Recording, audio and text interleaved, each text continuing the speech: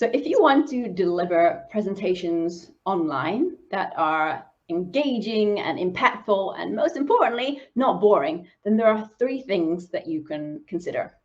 The first thing to think about is your confidence. So this is a massive issue. It's not just a small thing. Oh, yep, confidence. It's a huge area of life, and everyone will be different. Some people will have low levels of anxiety verging on excitement. Other people will have a more paralyzing fear verging on a panic attack. So you need to know exactly where you stand in terms of your levels of anxiety and your confidence in order to move forward.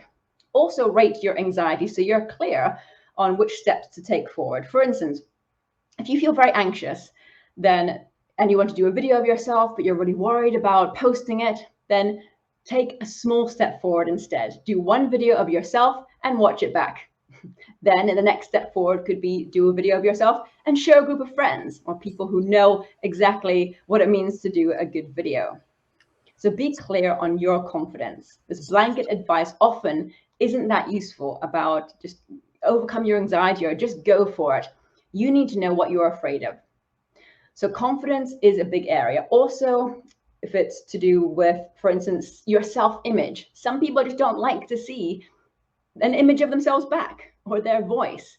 So this is really all about familiarity. Some people think that they just won't be able to do this kind of thing. And in my personal experience, I feel that's just not true. Everyone can be a confident speaker. It's just working through these steps. So the main point about confidence is think about what specifically you're afraid of in terms of speaking in front of others, and then rate yourself. And then decide on one small bit of action you can take to move yourself forward, even if it's just taking a video and just allowing just yourself to see it. The second thing I would say is to be competent with the technology involved. There are so many different areas of technology, and I know a lot of people who talk to me say that the technology really puts them off.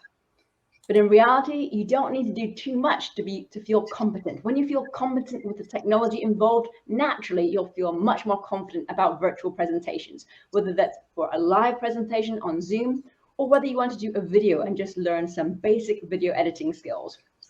The last area and the third area, which is the most important, is your public speaking skills.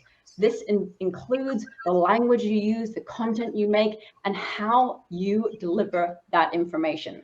For instance, the hand gestures you want to use, or your facial expression, or the language, how you structure your presentation. These are massive areas in public speaking and something that unfortunately goes unacknowledged. Often people think that they feel frightened of public speaking or presentation skills, but they don't know why. And often it's because they're not sure, they've never really learned the skills.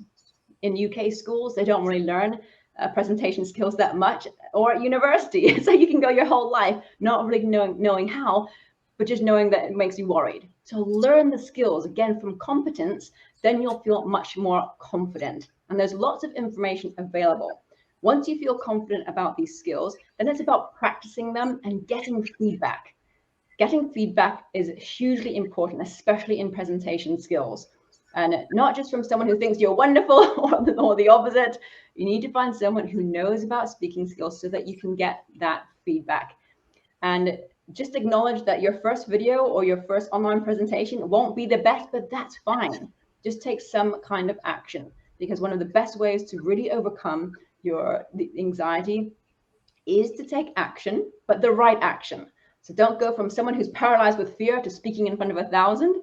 Instead, go from someone who's paralyzed by fear, work through your anxiety a bit, pinpoint what you're afraid of, and then take one step forward.